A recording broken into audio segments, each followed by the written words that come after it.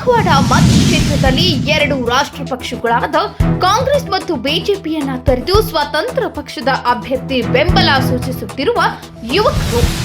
ಕಾಗವಾಡ ಮತಕ್ಷೇತ್ರವನ್ನ ಬಲಗೊಳಿಸುವಲ್ಲಿ ಯಶಸ್ವಿಯಾದರ ಸ್ವತಂತ್ರ ಪಕ್ಷದ ನಾಯಕ ಶಂಭು ಕಲ್ಲೋಳ್ಕರ್.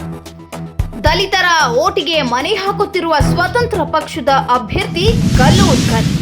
ದಲಿತರ ಓಟಿನ ಭೇಟಿ ಆರಂಭಿಸಿದ ಶಂಭು ಕಲ್ಲೋಳ್ಕರ್ IAS. ದಲಿತರು ಒಂದಾಗುತ್ತಾರಾ? ಶಂಭು ಕಲ್ಲೋಳ್ಕರ್ ಅವರನ್ನ ಲೋಕಸಭೆಗೆ ಕಳುಹಿಸ್ತಾರಾ?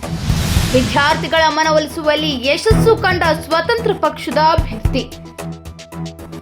ಕಾಗವಾಡದಲ್ಲಿ ರಾಷ್ಟ್ರೀಯ ಪಕ್ಷಗಳ ತೊರೆದ ಸಾವಿರಾರು ಕಾರ್ಯಕರ್ತರು ಚಿಕ್ಕೋಡಿ ಲೋಕಸಭಾ ಕ್ಷೇತ್ರದ ಸ್ವತಂತ್ರ ಅಭ್ಯರ್ಥಿಯಾಗಿ ಕಣಕ್ಕೆ ಇಳಿದ ಶಂಭು ಕಲ್ಲೋಳ್ಕರ್.